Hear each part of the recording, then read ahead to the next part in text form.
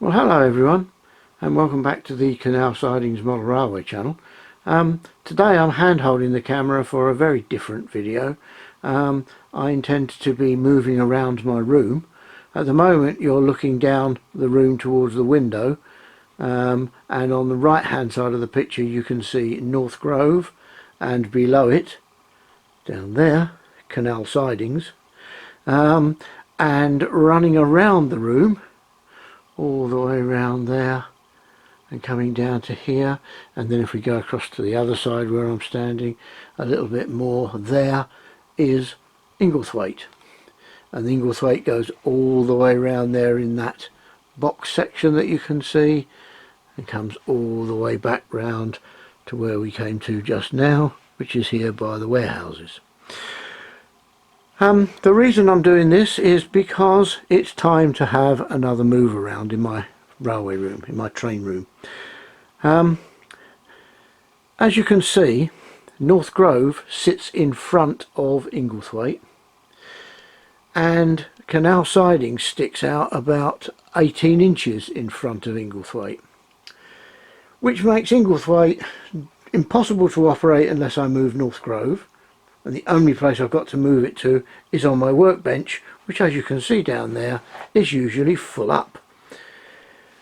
So the idea of moving North Grove to somewhere else so I could use Inglethwaite was a failure.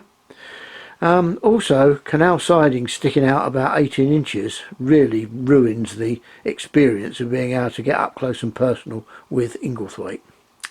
So I've decided to have a move around. Now, the reason that Canal Sidings is so far sticking out, it's only 2 feet and Inglethwaite is a foot, but I lose 6 inches down the back there, you can just about see, because there's a lot of stuff down there and there's a lot of electronics on the wall, and all the power cables are down there. You can't see them, but you have seen them in a previous video. And what I want to do is move Canal Sidings all the way back to the wall, or within about 1 inch of the wall. So my plan is to, and part of it is quite radical, the first part is to get North Grove, which is up there, and move it onto this table down here, which is at the moment a tip. It's cupboards underneath. And I have my tools down there, and my fish food down there, but as I say, that's a tip because I have started to clear it out, believe it or not, and I intend to put North Grove on there. Unfortunately, these now get in the way, because you don't want to operate North Grove through those, and also this sticking out as far as it does kills all the light to North Grove. So I've decided that Inglethwaite is going to be significantly changed. So much so that it will no longer be called Inglethwaite. I am going to have a baseboard over here. Sorry for that pan, that was a bit quick. I'm going to have a baseboard over here now that is going to sit on top of Canal Sidings but not touching it, so that Canal Sidings will be movable on its own. And I am going to have to build a frame above Canal Sidings such that it doesn't sit on Canal Sidings at all. It's going to have to be a substantial frame made out of wood, and it's going to be 2 feet deep from the wall and a total of about 9 feet long. And it's going to go from all the way down there by the wall that you can see next to the window, and it's going to come all the way along to about where this box is sitting, which has got my chop saw under it. The box helps to stop the sawdust flying everywhere. So that frame is going to have legs as near the front as I can get them, and it's going to be fixed to the wall at the back as Inglethwaite is. And then on top of that frame I'm going to build a brand new railway, which has no name yet, but won't be set in the steam era like Inglethwaite is. It will be set probably in any period between, and anything will be allowed on it, that operated between 1990 and 2005.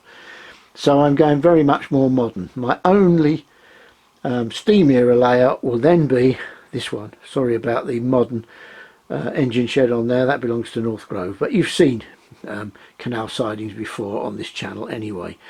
And that will be my only steam railway, and I only need steam tank engines to run on that. So I am in the process, and you can see part of it down here, starting to sell off my steam locomotives. And this shed used to be absolutely full of them. There are very few left in it now. I shall be keeping all my 060 tank locomotives and selling off everything else pretty much that I've got. There will be a few things staying. That loco over the back there, which is a Crosty Boilered 9F, is actually not a Hornby product, although it's running on a Hornby chassis. But the body is actually a Golden Arrow Productions resin body, which I am still in the process of cleaning up. The castings weren't very good at all, and I'm still in the process of cleaning it up. Every time I spray it again, I find even more problems with it. So this time I'm not going to respray it. I'm going to try and clean it up as much as possible, and then I'm going to give it a heavy weathering. But I will keep that, and I'll put that in a showcase in the living room. But as you can see, pretty well all my steam engines have gone. I shall keep that steam engine because that's one I resurrected, and it's also got that nice Fowler tender to go with it, which most of the 8Fs had that kind of tender, which is the LMS tender, but they gave them up to Jubilees, and this is what I was building here. And I did intend to have that as my only sound steam loco, but afraid I'm not all that impressed by DCC sound for steam, although apparently I'm told it is getting better now. Anyway, so I'm going away from steam quite a lot, and my Inglethwaite layout is going completely. The 9-foot layout that runs along there to the end there will actually be, as I say, 2 feet deep, but that piece of the layout around the end is staying, and that end there, which is here as you look, will join back onto this end of the new layout by running all the way around the room, almost hidden at the same height as Inglethwaite sits at the moment. So you can see lots of work. I shall be keeping the fiddle yard for Inglethwaite, which is actually in the garage, as I've mentioned before, operated by cameras, which I view on that TV screen down there. I'll also be building along here in this area, up into the corner there and along to about here. I shall be building an 18-inch deep rather than 12-inch as it is now desk for all my computers and laptops to go on. Unfortunately, I have another monitor that I can't actually set up in here because there's no room for it. That is actually a smart TV which is capable of being a monitor and does have HDMI, as you can see, connected down here. Up there is one of my laptops, and over the top there, over the top of Inglethwaite, sorry, over the top of North Grove, sitting on the top of Inglethwaite, is the other laptop that controls Inglethwaite, and it controls not only the points that you can see in here, but it controls all the points in the garage as well, and sets up all the routes in the fiddle yard. Also switches the cameras about for you. So I've got to keep all of that. That down there in the corner is the old Inglethwaite control panel from DC days, which the wiring is still there and is the way that the DCC is distributed to the layout. I just switched all the switches over to one controller and made that controller the DCC controller. So don't let anybody tell you can't wire up a layout with unless you use a 2-wire bus and run it all the way around, because this is nothing like that at all, and I never have any trouble running DCC on this layout. Never have had, never expect to. Although I will do it properly, or nearer properly, on the new layout, because it will be DCC from the start, although I intend to make at least one of the tracks DC switchable, so that I can test new locos that I buy before they have a decoder in. Anyway, there's a hell of a lot of work to do to achieve all of that. So updates on model railways are going to be a bit fewer and further between. I will try to keep North Grove, which is there, and I want to get that finished. I will try to get that up to date. But I do have a problem with North Grove at this end, which is where the cassettes go, because when that end appears over in that corner, that white cupboard will go, when that's sitting over there, I can't get at the cassettes. So what I'm going to do is, if I reach over here, I'm going to use some of this, which is a piece of Hornby second radius, and I'm going to fit it to the end here so that it comes round to here like at right angles, and my cassette will fit on the end of that. Obviously not in mid-air as it was shown there, but it will put the cassettes around